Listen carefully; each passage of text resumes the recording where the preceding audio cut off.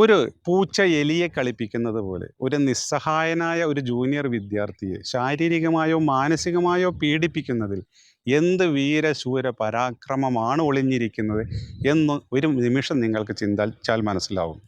നാളെ നിങ്ങളാണ് ഇത്തരം ഒരു സന്നിഗ്ധ ഘട്ടങ്ങളിൽ ഉൾപ്പെടുന്നതെങ്കിൽ നിങ്ങളെ കാത്തിരിക്കുന്നതും ഇതേ വിധിയാണ്. ഒരു പുതിയ സ്ഥലത്ത്, ഒരു അപരിചിത സ്ഥലത്ത് നിങ്ങൾ ചെല്ലുമ്പോൾ അവിടെ ഒരു കൂട്ടം ആളുകൾ നിങ്ങളെ വളഞ്ഞ് നിങ്ങളെ ശാരീരികമായി പീഡിപ്പിക്കുന്നു, മാനസികമായി പീഡിപ്പിക്കുന്നു, നിങ്ങളെ കളിയാക്കുന്നു, നിങ്ങളെ നഗ്നനാക്കുന്നു. ആ ഒരവസ്ഥയിൽ നിങ്ങൾ എത്തിപ്പെടുമ്പോൾ നിങ്ങളും അനുഭവിക്കുന്നത് ഇതേ പീഡനങ്ങളാണ് എന്ന് മനസ്സിലാക്കി നിങ്ങൾ ഈ നീചകൃത്യത്തെ ഒരർത്ഥത്തിൽ കണ്ടാൽ ഒരു പക്ഷെ നിങ്ങൾക്കതിൽ നിന്ന് പിൻവാങ്ങാൻ കഴിയും.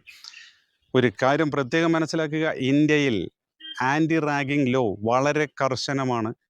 നിങ്ങൾ റാഗ് ചെയ്യുന്ന ജൂനിയർ വിദ്യാർത്ഥികൾ ഇതിനെതിരെ പരാതിപ്പെടില്ല എന്നാണ് നിങ്ങളുടെ ധാരണ.